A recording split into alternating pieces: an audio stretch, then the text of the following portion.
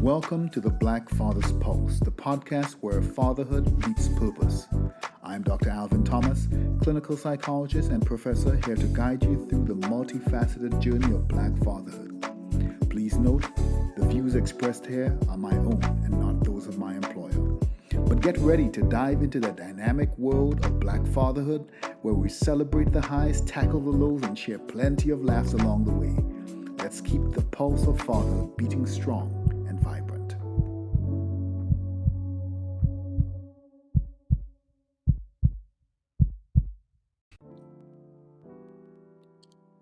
Before we begin, a content warning. This episode contains discussions of child sexual abuse, and while we've been thoughtful about the content, it may be difficult for some listeners, particularly survivors. So please take care of yourself and listen when you are ready. If you or someone you know needs support in the United States, you could call RAINN, that is the National Sexual Assault Hotline, at 1-800-656-HOPE, that is 4673. The National Child Abuse Hotline at 1-800-4-A-CHILD, that's 1-800-422-4453. Or the crisis text line. Text HOME to 741-741. If you are in the United Kingdom, the National Association for People Abused in Childhood and A PAC helpline at 0808-801-0331. The National Society for the Prevention of Cruelty to Children, NSPCC helpline at 0808-800-5000, or the Survivors Trust at 0808-801-0818. All of these resources are available in our show notes. And remember, you are not alone. According to the World Health Organization 2022 report, approximately 1 billion children globally are estimated to experience sexual violence. In the U.S., according to the Centers for Disease Control and Prevention, 1 in 4 girls and 1 in 13 boys are estimated to experience sexual abuse before they turn 18. In our community, that number might be higher, but we may never know, because the topic is so taboo. I'm Dr. Alvin Thomas, and this is the Black Father's Pulse podcast, where we have the conversations that matter most for our families. Today's episode may make you a little uncomfortable, and it should, because comfort is a luxury our children can't afford when their safety and innocence are at stake. This conversation will give you specific, practical tools to start a dialogue with your sons and daughters tonight. We'll talk about warning signs most fathers miss, how predators operate, and most importantly, how to create a relationship where your sons and daughters know that they can tell you anything. Brothers, parents, I need you to stay with me through this entire conversation. Every minute could make the difference between prevention and devastation. So let's get into it. My guest today is Jeremy Indika, a former McLaren design engineer turned speaker and podcast host, and the founder of Something to Say, a movement using personal story to break the silence around the sexual abuse of children. His talks and workshops help parents, schools, and communities understand grooming, spot the signs, and take action to protect children. Jeremy, welcome to the Black Father's Pulse. Thank you so much. Great introduction. I'm looking forward to this. Same here. I've been looking forward to this one for a while. So I know we're on different time zones, far different time zones, but also very different career paths. Part of your introduction talks about this really fascinating, or at least for lots of people, this just fascinating dream world for most boys. You spent years at McLaren, and I'm talking about the McLaren, the British luxury automotive manufacturer, designing some of the fastest cars on the planet. Take us into that world briefly. What what did you do there, and what was that chapter of your life like?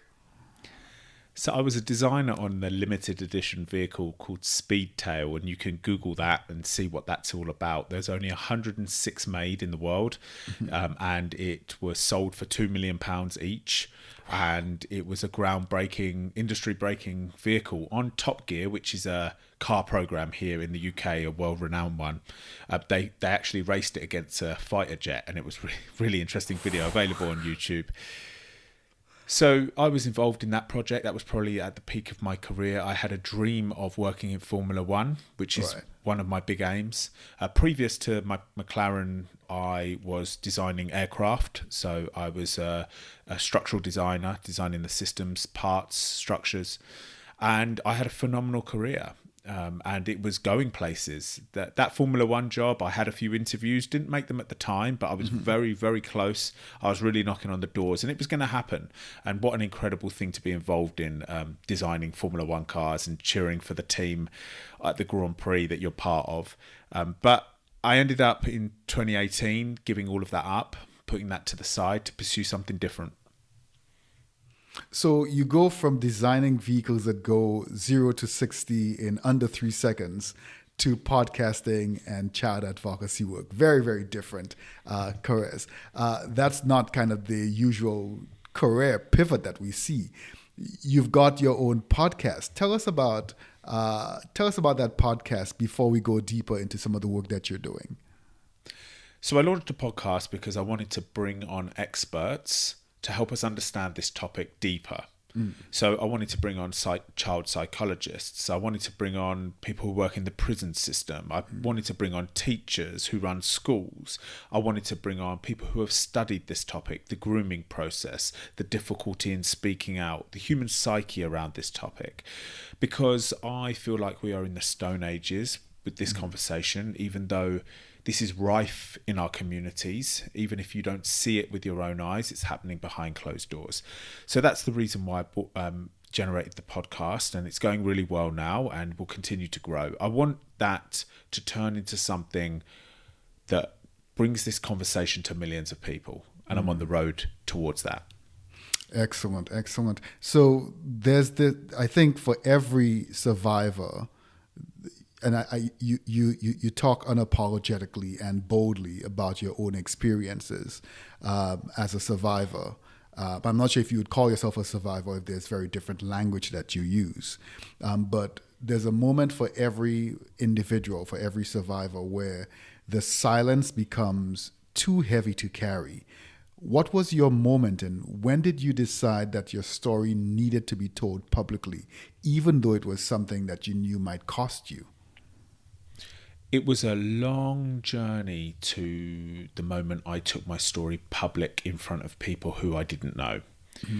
Now, prior to that, at 25 years old, the memories of what happened to me when I was 8 years old started coming back.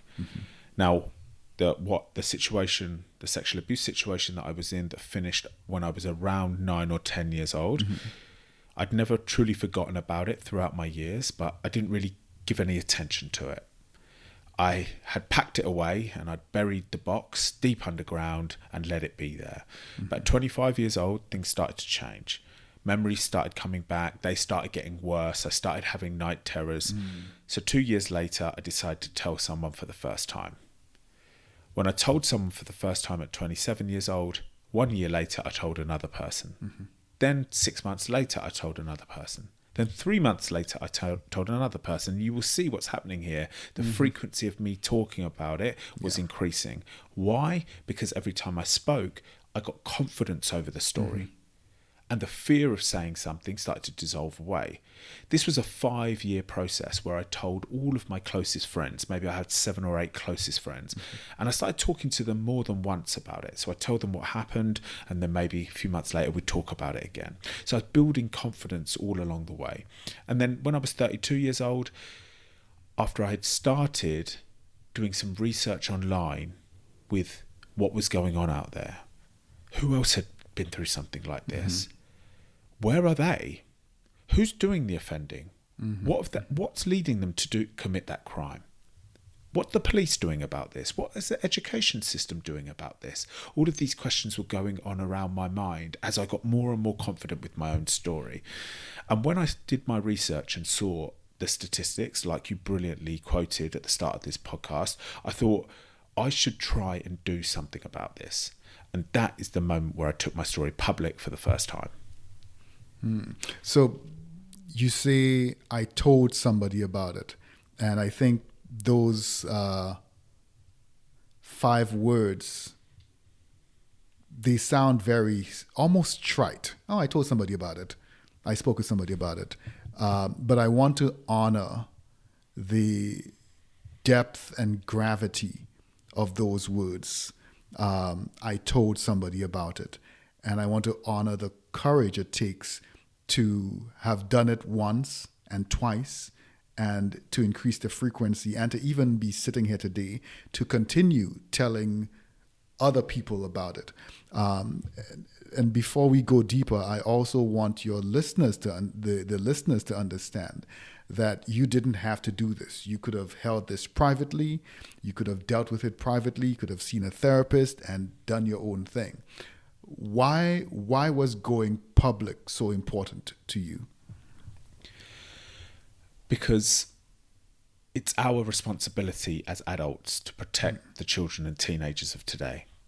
And if some of us that want to don't start speaking our stories, how are we going to drive change? People need to understand what's going on and how it's going on and why it's going on. Because then we will realise that the frequency that this is happening, especially with the internet and children being online, that we need to take action. And this was my way of taking action. How am I going to get this subject out into the general public? The subject that nobody wants to talk about, nobody wants to hear. Even social media platforms don't want to hear it. Every time I release a post that is about my story, even if I don't push the boundaries too far and describe the explicit actions that me and this man were engaged in, even if I just suggest them, or even if I just use the word sexual abuse, social media platforms sometimes pull my posts down. Broken community guidelines. No, I'm doing education work, right? But they don't see it like that. So you're suppressed and you're silenced from all angles, and silence allows this thing to continue behind closed doors. So we're not just talking about what you may immediately think of when you think of the sexual abuse of a child being of violence, forceful, threatening, where the child is trying to run away. That is some of the cases, no doubt about it, but it's bigger than that. We're talking about gentle, coercive manipulation, where the child feels like maybe they're into this, or the child feels like maybe they should do this for a certain reason. And children and teenagers are brilliant at keeping secrets. It's just innate in them. Like, they can keep a secret from their parents so brilliantly their parents won't know, ever, unless they say something. Right. So there's so much work to do. Parents, this is a parent's worst nightmare. Right? To find out that your child had been manipulated or persuaded to take pictures of themselves naked and send them for exchange of something, maybe even just a praise and affirmation, and they didn't realise that they're actually sending them to a 30-year-old man in most cases. It's mostly males that commit this offence. You would be devastated as a parent. How did this happen? Why did this happen? How could we have stopped it? Would be your questions. So let's talk about this. Let's get an action plan together. Let's start making moves. Let's start putting pressure on governments to change the laws. Let's get this into the education system. And let's get today's children and teenagers protected. Thank you so much for that. So, Jeremy, some of our listeners are fathers who need to understand what their sons might be experiencing. But I also want to be respectful of your story and anyone who might be listening who might be triggered by details. So without going into any specifics that might be triggering for our listeners, can you share what you wish adults around you had known? What were the signs that you were giving that were missed? My answer to that is there were no signs. so nothing was missed. There was nothing to see. This thing used to happen in my room, in our spare room in our house. Used to happen when my parents were out. And I never said anything about it ever. And I also didn't show any signs.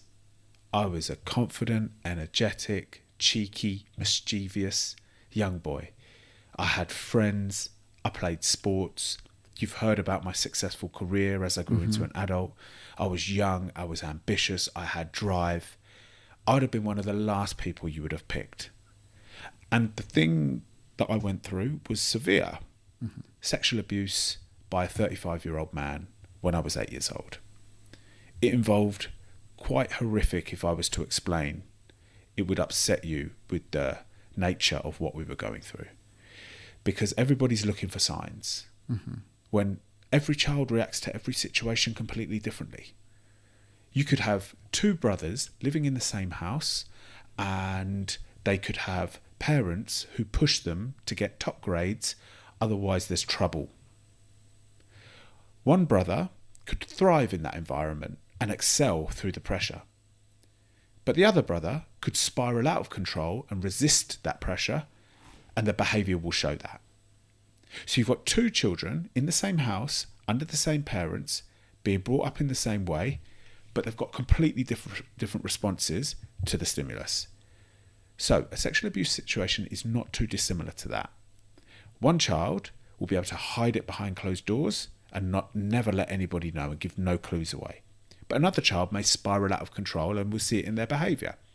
So you can see that children react to different situations in different ways. So there are some common signs that are recommended that we look out for. A drastic change in behaviour.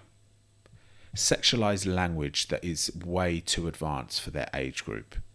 Possibly sexualised play. These are all common signs that we are told to look out for, and I think we should be aware of those. But I also think that shouldn't cloud our judgment, that if those things aren't happening with our children, that means our children are safe. The overwhelming majority of children have the internet in the palm of their hand. It's almost like we can't do anything about that now. That has become culture. Big $1 million companies, profit-making companies, technology companies have pushed this into our culture, and it has survived, and it is thriving. Now, children on the internet, what that means is they're accessible to the world. Whereas before the internet, to offend against a child, you needed to break the barriers of their family. You needed to groom their family before you got to the child, and then you needed to get the child on their own. Now, you have access to that child in a private manner through DMs immediately. And your child isn't ever going to say anything about a situation they've got going on online. Why? Because they don't want their device taken away. Yeah. Right. Okay, so that's the kind of situation that we're in. So instead of thinking, I know all the common signs, I'd spot this from a mile off. No, you wouldn't. So where do you go from there? You need to build thriving, safe, confident environments in the home. Anyone that's listening to this has got children, any age. As soon as you finish listening to this, I want you to go to your child and say, did you know if there's ever anything that's making you feel uncomfortable or worried, please come and speak to me and I will help you and you will not be in trouble. Just go and say that today. And next month, say it again. And they may get sick of you saying that. But if there's ever a situation where they feel uncomfortable or worried, they know you are one person that they can come and speak to. They may not use you. Right. They may not use you. Right. But we hope they would use you. But they will know other people that they can speak to. And the reason why, I don't know what it's like in the country that you're in, but here in England, the government have made it mandatory for certain education at different ages. Yeah. Right? So we now have a conversation going on. Children know where the private areas on the body are. And they know the rules around them. No one's allowed to touch you there. No one's allowed to show you anything about that. No one's allowed to ask you to show the private areas to them. And there's to be no kind of interaction around those areas with you or with anyone else. Children know that now, right? So that's been taught. That's good. Let's reinforce that message at home. Obviously, when children get become teenagers and they start entering puberty and going through those phases, their attention is going to change. The way their behaviour is going to change. Naturally, biologically, they're going to start having a general curiosity towards sexual interactions, and they're going to find that exciting. So then it becomes a different conversation, because then you start talking about how to behave in certain situations, how to ensure consent is present in any kind of interaction that you have, because then we're teaching them how to become young adults. Yeah. So you I'm happy that you went into the different stages, the different developmental periods. When our kids start becoming young teens and older teens, especially for boys, there's a particular silence around emotions. And for boys who might be experiencing either grooming or being victims of abuse, there's this narrative that boys cannot be victims, or that boys cannot be victimized, or that they should somehow fight back or be able to fight back because you're a man, you're male, you should be stronger, and that any attention from adults might mean that you're lucky. You're lucky that an older woman paid attention to you, or that a man paid attention to you. How did that cultural narrative affect your own ability to speak up? Speaking out was one of the hardest things that I've ever done. Why? I was a 27-year-old man at that point. One of the big reasons why is because I knew as soon as I said something for the first time out loud, for the first time to someone else, there was a fear around how things would change. Yeah. Would they change? I didn't know. They probably would change, at least with the relationship of the person that I'm telling, which was one of my best friends, because then he's going to know something that's really dark about my history. And I'd known this young man for 20 years by this point. So he knew me really well. I knew him really well. But also, once I say it out loud for the first time, I accept it. And then what am I going to do? And also, because this happened when I was a child, there's these big feelings of being exploited and taken for a fool. I got manipulated into doing something that was so disgusting. And as a 27-year-old man, you don't want to... It feels weak. And it feels vulnerable. And also, I'm a heterosexual, so this was a man. So does that make me gay? Has that changed my brain? All of these worries. And that feeling of vulnerability, embarrassment, feeling weak, it's got two edges to it, because yes, before you say something, you feel like that. But once I actually said something, I woke up the next morning and I couldn't believe how good I felt. I felt stronger. Something shifted. Something really shifted.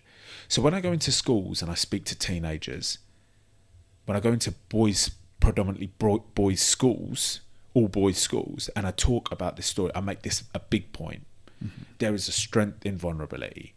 And I say to the boys, I know you've heard that a million times, right? But I'm telling you that it's real. And you know that because I've just told you the journey that I went on. To face your fears, there is strength on the other side of it. And realistically, if you just think about it logically, what's there to be worried about? Like, if you just think about it like neutrally, right? If you take the emotion out of it, what's there to be worried about? Now, actually, there is a point I should add to that. There is a few things to be worried about. And that is that the person who you're telling doesn't give you a good reaction.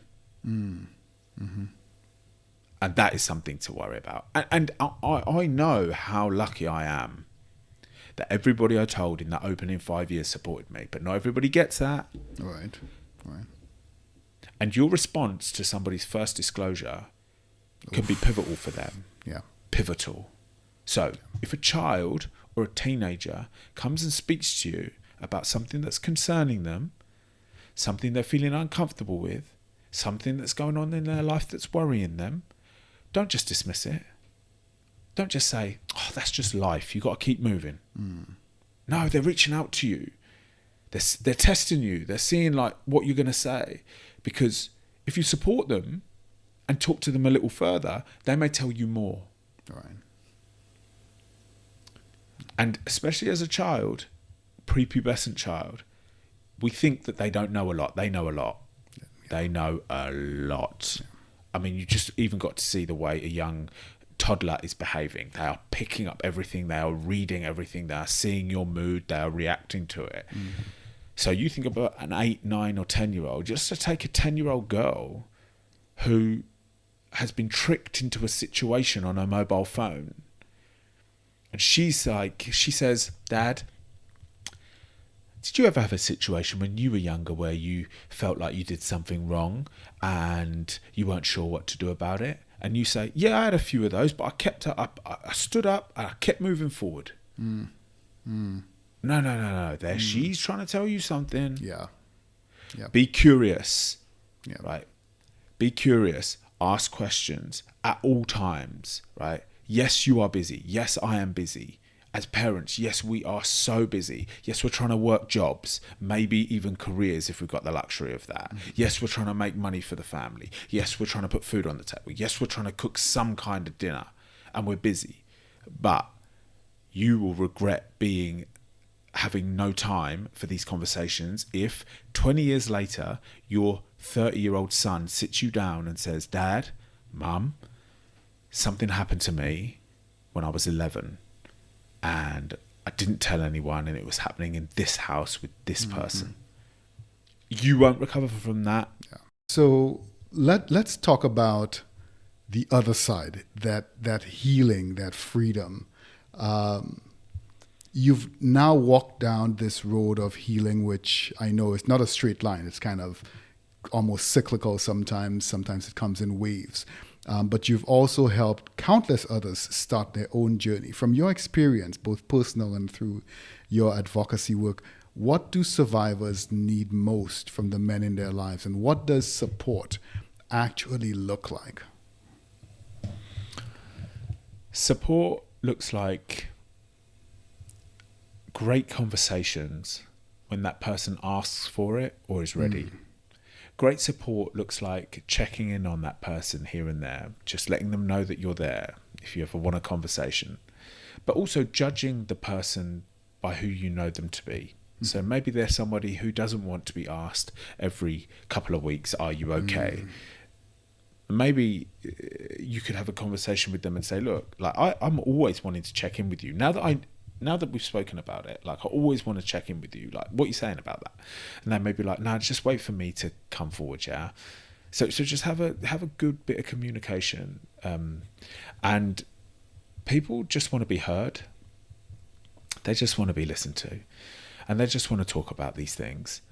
And maybe they will 3 or 4 times, and then maybe they won't for another year. And that's fine too. But when they reach out to you, make sure you're there. It could be helping them find professional help. It could be another conversation. It could be a documentary you've both found that you're going to watch together. Just be a good friend. Be a good father. Be a good mother to the best of your ability. We've got fathers listening, some in their car, some at the gym, some sitting at the kitchen table. They love their sons, they love their kids, and they want to protect them, but most of us have no training in this area. So let's start with this. What are some of the specific warning signs that fathers should watch for in the adults who are around their children? What behaviors should make us raise an eyebrow? Because we don't want to be hyper vigilant, but we also don't want to miss the signs. Being concerned with who your child is interacting with or communicating with needs to be a priority. That doesn't mean that everyone is a danger, a potential danger. I think that would be disadvantaged to move through life thinking that everybody is a threat. Now, some people will disagree with me. Some people will flip that on its head and say, no, you need to think everybody's a threat until you're satisfied or confident that they're not. Right? I'll go the other way. okay? But you've always got to be aware. Is someone trying to communicate with your child more than what you would deem was normal? Are they trying to come round to their house more often than not?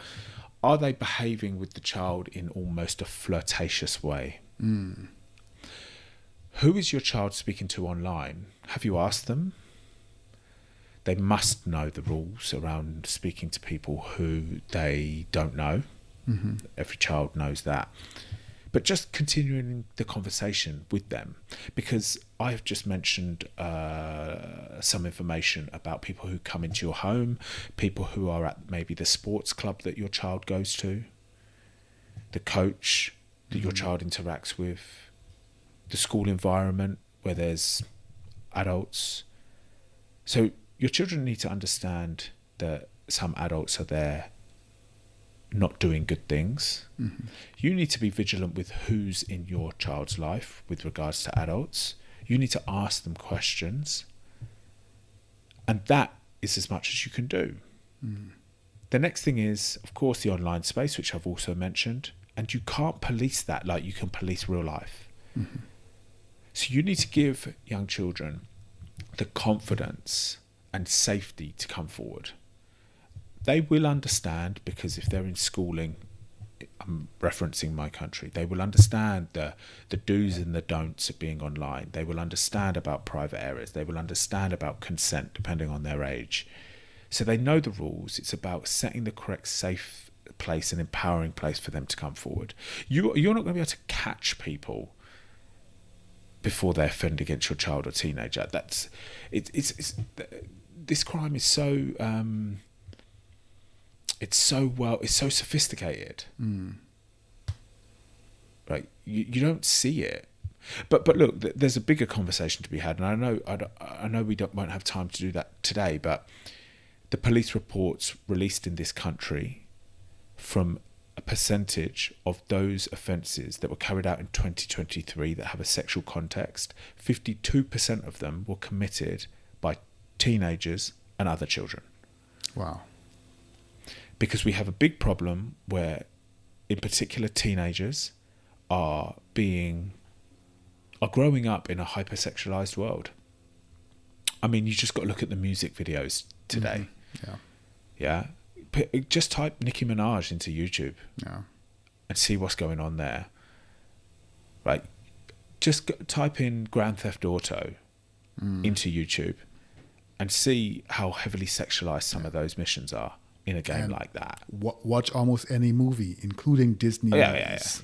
Yeah. Just because everybody's pushing the boundaries. Sex creates attention, and attention is how the internet goes round and round.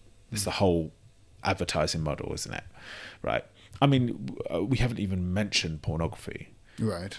You know, you got a 12-year-old boy who's going through puberty, and his hormones are bursting out of his body. Whereas before the internet, you would have needed to find some kind of magazine that's being passed around your friends, right? Or maybe somebody's got a videotape, but the rest was just imagination. So it was age-appropriate imagination. Now, what will a 12-year-old boy do? They all know about pornography. They've seen it all before anyway, because little video clips have been sent in their messenger groups because it's funny. So they're aware of it, and now they start searching for it, and now they're just watching hours of it. And then they turn to 16 and they're marinated in 4 years worth of pornography, and they have gone down so many rabbit holes you wouldn't believe. And for some, they're susceptible to that type of aggressive pornography. And so offenders are also teenagers. I mean, so we've not even mentioned the algorithm, where if they click on one or two pornographic videos, then they just those videos keep being pushed at them by the algorithm. Yeah, absolutely. And it's the algorithms are. I wonder what we're going to do with those as a society as the years evolve. Will the government start putting their rules on algorithms? I don't know. But I mean, I released a podcast on pornography actor here in England. She's absolutely huge here, and she's making mainstream TV because she is doing some what she calls stunts that are getting a lot of attention. News are reporting on her, etc., etc. So I released a podcast. I reviewed some of her documentaries, and because I had searched her and then watched her documentaries, all the algorithms on all of my platforms knew that. So then all of a sudden, my feed is full of other pornography actresses. Yep. It's full of it, suggesting things, different women, and so it sees you have an interest in something. So even if you're just curious, it will plug your feed with it. Then you become more curious, and then you just get pulled into that thing. Thank you so much for that, Jeremy. So I'm thinking now of some of the practical things that fathers could do, because we could keep talking about what the problem is, and it can just start to feel so overwhelming. Like, what do? I just ban the phones and keep them home and watch them 24/7? You can't. So a father is listening right now, and he has a 7-year-old son. He's never had this conversation before, and honestly, he's scared that he'll mess it up or that he'll say the wrong thing. So he's going to see his son tonight at bedtime. Walk him through it, Jeremy. What does he say? How does he start? Give us the actual words, as close as you can, the actual words that he could potentially say to his 7-year-old son to keep him safe. Okay, so we're talking about 7-year-olds here. Yeah. I'm just going to play it out, right, as if I'm in that position, right? Yeah. So I picked up my son from school, and we're in the car, and we're driving home. Mm-hmm. And I know I want to have some kind of conversation. So I'm going to say something like this. I was on my phone today, and you'll never guess what I saw. I saw some teacher teaching a classroom about private areas on your body. Mm-hmm. Have you ever heard anything about that before? And then your son will respond and say, yeah, we go through that in school. And maybe they're a little bit embarrassed. Mm-hmm. And then you say, I never knew anything about that. Can you just tell me a little bit about it? Can you just explain what the school are teaching you? Because I'd like to know. And they will say the education, or they will say, you know what, I'm just not sure. And then you can say, well, look, I watched a few more videos. Do you mind if I just tell you what that's about? They will say yes, or they will say no. If they say no, you can then put some authority down and say, well, I'd like to tell you. Mm-hmm. So you say, if it's a boy, you say, nobody's allowed to touch you under your swimwear, right? Nobody's allowed to ask you to show them what's under your swimwear. And you are not to ask anyone else, and you are not to touch anyone else's, even if it's a game. Mm-hmm. Is that clear? And he will say, yeah. I never want you to forget that. 1 month later, you're going to have the same conversation. Okay, now let's up the age. Let's go 10 years old, right? You can start saying, what games do you play online? They'll say this. And you'd be like, you know what? In my day, we never played games. Is it fun? They'll go, yeah, it's so good. And you'll say, is there a chat function on there? Like a messenger function? Do you put stuff in there? And they'll say yes, or maybe they'll say no because they know they're not meant to and they don't want you to know. And then you'll say, look, can you just be real careful in there? If anybody asks for your phone number, or if anybody asks to see you on the camera, it's always a no. Can we make a promise? But if you ever find yourself doing that thing, you'll know the rules are broken, but I still want you to come to me. I'm not going to take your device away. Right, I'll give you one more, okay? Now we get to a 14-year-old boy. Yeah. Okay, and now your young son, has gone through puberty, or he's going through puberty, right? And they're starting to have a real interest in girls. Okay, so this is a big conversation. So you're going to start speaking to this boy and be like, look, I know this is going to be really embarrassing, right? And I know you never think this, but I was 14 once too. And I got really interested in girls. And I just want you to know that I want you to treat everybody that you're in a situation with respect. I want you to always make sure that you're happy with what's going on and they're happy with what's going on. And you can do that verbally just by saying, are you okay with this? But you can also read body language, because you know when someone's uncomfortable and when they're comfortable. And also, I know you're playing a lot of games online. And all of those rules you've been taught about, they still stand today. No showing, no touching, no games around those parts of your body. I just want to keep you safe. And to keep you safe, I need you to communicate with me if anything ever goes wrong. I'm here for you, son. Done. Thank you so much for that. So all of this conversation is very protective. It's proactive. I want to address the scenario that every father, that every parent prays never happens, but needs to be prepared for. God forbid, let's say a father discovers or his son discloses that he's been abused. Maybe it just happened. Maybe it's been happening. Maybe it happened years ago. Jeremy, from both your personal experiences and your advocacy work, what should that father's first 3 actions be in order? Step 1, step 2, step 3. Number 1, say that you're so sorry that this happened and that you hope that your child is okay and that you will do anything that's needed to support your child in this moment. Number 2, if there is still immediate danger, then you need to escalate the issue. Maybe to social services, maybe to local organisations, maybe if it's an emergency to the police. So you need to do your safeguarding from an adult's perspective. Now, if this happened 10 years ago and is no longer happening, I would reach out immediately to local organisations or charities to find out what you can do from here. Because if your son or daughter needs professional help, you need to organise that. Number 3, you will probably need some help too. Because you are now a victim as well.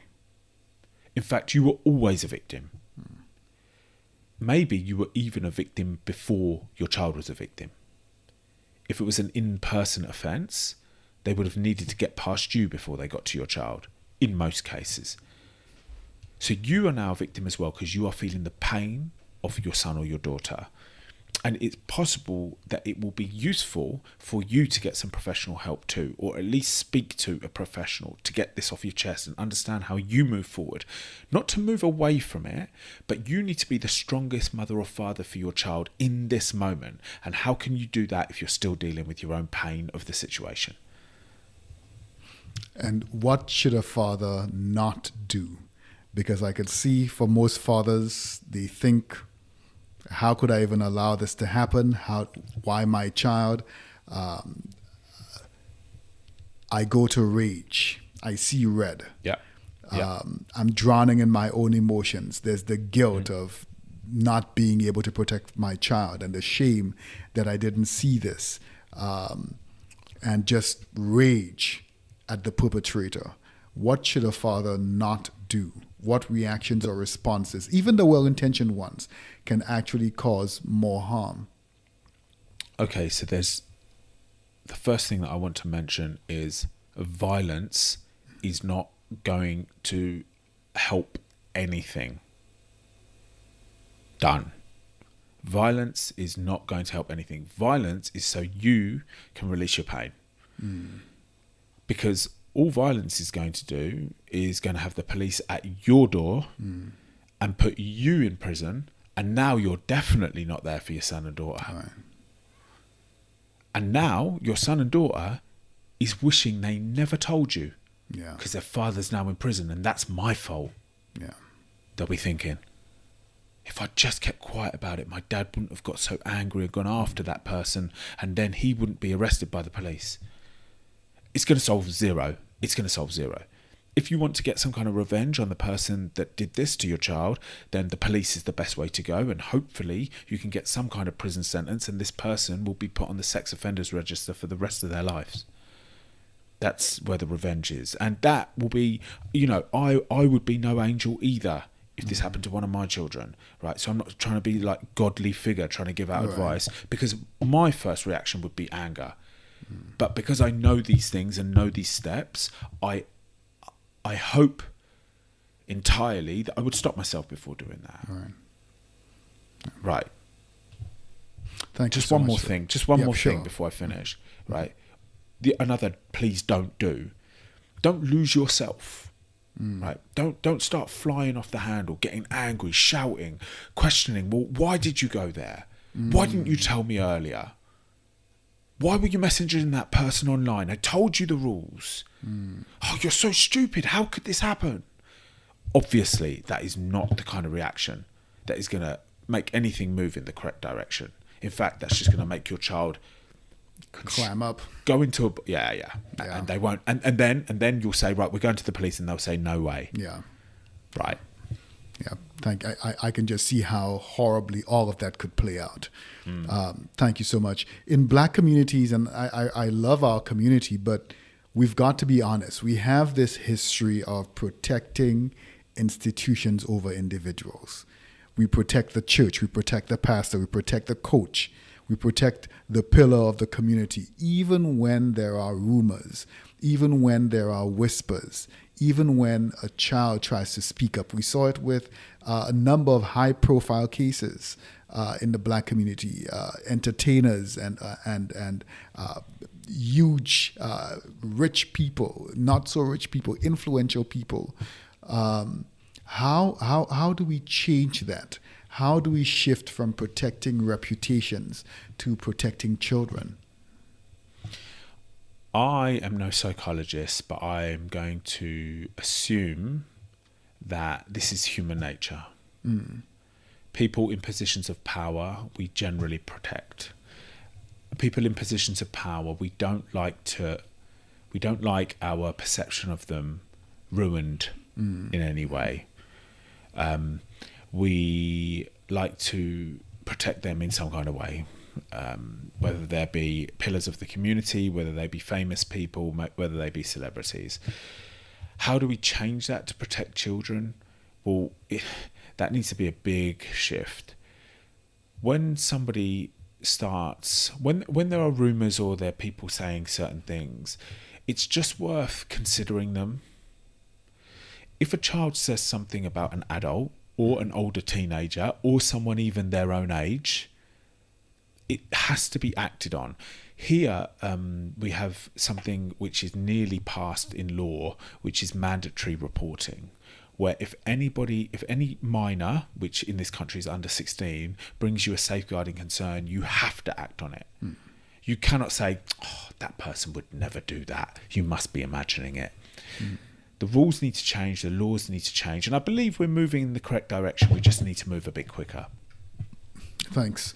So what do you wish more men understood about male survivors specifically? What do we get wrong? I know often the response is, well, if this happened to him, then he must be gay. And so that's the negating masculinity element. Or if this happened to him, he must be weak.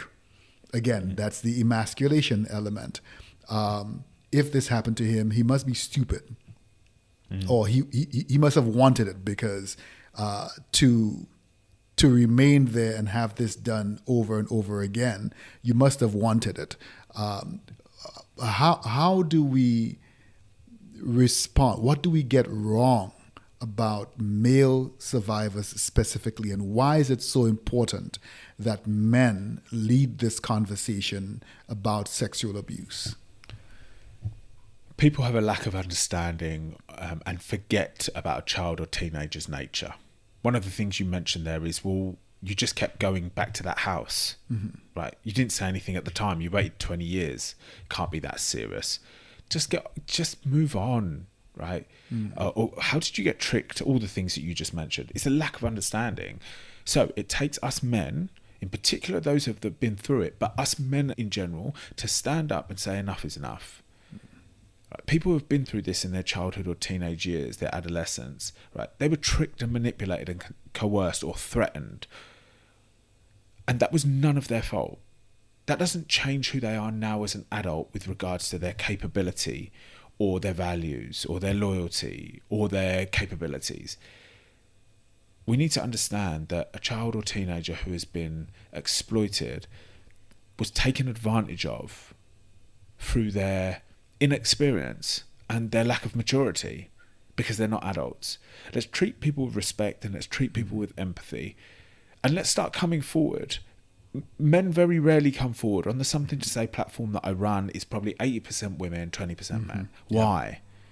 Because the more we speak, right, the more it will encourage other men to speak, the more it will encourage young teenagers and young boys to speak earlier.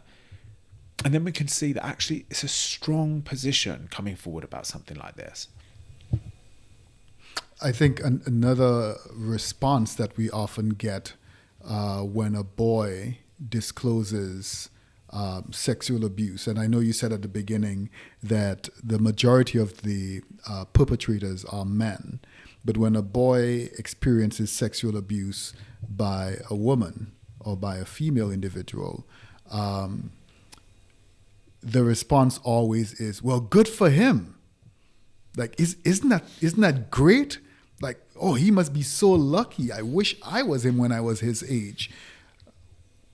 What does that do to a survivor? What does that mean? And how do we step away? What would you say to fathers and to men in general who might have, and to women who might have that kind of a response to a boy's sexual abuse? I mean, I just want to say to anybody that thinks that, please, I would like you to reconsider your thought patterns around that. You would never say anything along those lines for any other type of exploitative situation, right? So if it was a bullying situation, if it was a woman that did it or a man that did it, you wouldn't have that perspective or that change of perspective depending on who the perpetrator was. If it was a physically abusive situation, if it was a neglectful situation, if it was an emotionally abusive situation, it wouldn't matter who did it, a man or a woman. You would have the same sadness and empathy for that person. Sexual abusive situation, I know it has a different context, but it needs to be the same. People need to understand that it's the exploitation and the taking advantage of somebody. So it doesn't matter whether it comes from a woman or a man. And I feel for the men who were sexually abused by women, because they probably won't see anyone taking it serious in their lifetime. Because this is going to take generations after generations to change that particular aspect. Yeah, thank you so much. What does your own healing look like today? Not perfect, not arrived, but what's possible on the other side of this trauma? What does freedom feel like for you? Living a good life. Pursuing everything that you wanted to pursue regardless of the abuse. Trying to be the best person you can. Living like a human being. Not being shackled by what happened to you in your childhood. Not being brought down, not being held back by what happened in your childhood, but actually flourishing through it. Being brave through it. Understanding you went through something that is very difficult to handle and you're handling it the best that you can. And that's the message that I give when I go into these schools and when I deliver all these training to the police and to social workers. It's about us continuing and not being held back by this and using it for good. All right. We're in the home stretch. I know it's been a difficult conversation for some of our listeners to follow, but a necessary one. And I want to make sure that our listeners leave with practical next steps. So as quickly or as briefly as you can, what are 3 resources, websites, organizations, hotlines that you think every father should know about? Okay, the first one, I'm speaking about my country, right, here in England, is the NSPCC. NSPCC. The second one is the Lucy Faithfull Foundation. Please go and read through those websites. Just spend 20 minutes on those websites. There's lots of information. NSPCC is for probably your first go-to, but if you want a bit more deeper understanding, Lucy Faithfull Foundation is brilliant. Now, the third one is Childline, or whatever equivalent you have in your country, because the reason why you should be familiar with the Childline website is because I want you to introduce it to your teenager, because it's a great website and it will show your teenager that there are actually, it's not just me you can come and speak to, but there are organizations out there that you can speak to if you need to ever. And for the US audience, I will be putting up some of the US-based resources at the end of this podcast. So second question, one book that every father should read on this topic, what would that be? Okay, so I'm not a big book reader, so I shouldn't really answer that question. But There is a man called Gabor Mate, Gabormate, and he speaks phenomenally on podcasts about childhood trauma. Go listen to him. Excellent, thank you. And I have heard about Gabor Mate. A father has listened to this entire podcast episode. He's ready to act. He's going to talk to his son tonight.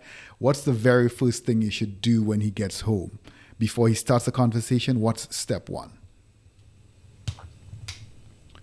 Make sure that your child or teenager who you're going to speak to about this conversation is in the correct mood. So if I had a really bad day, just wait till tomorrow. Yeah, thanks. If our listeners forget everything else we've talked about today, but remember one thing, what should it be? What's the one truth that could change everything for them? Just remember the seriousness of this topic and how easily it can happen, and that you have all the power to make a change within your home. So, Jeremy, for people who want to follow your work, to learn more about your advocacy, maybe even bring you in to speak in the community or the organization, where can they find you? So if you go to my website, jeremyindika.com, but also I'm on all social media platforms, including YouTube, and I run a podcast, and it's all under my name, Jeremy Indika, Indika. That's very, very easy. I think you can also find him on Instagram and all kinds of other places as well. All of those, all of them. Awesome. Brother, I want to honor you, not just for surviving, but for turning your pain into purpose, for showing up, for being willing to be vulnerable so other people's children can be safe. That is fatherhood. That is warrior work. That is king's work. Thank you so much. We'll put all of these links in the show notes. I'll make sure that I also put in some information there for the US audience. Everybody else, make sure you follow Jeremy, subscribe to his podcast, and share this episode with the fathers in your life. Jeremy, thank you so much again for being part of this podcast. Thank you very much.